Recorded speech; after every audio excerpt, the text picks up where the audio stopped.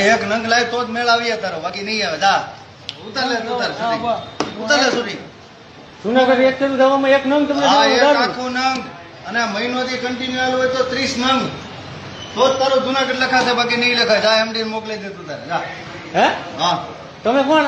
અરે હું જે હોય એટીઆઈ કે કંડક્ટર કે હું કંડક્ટર છું.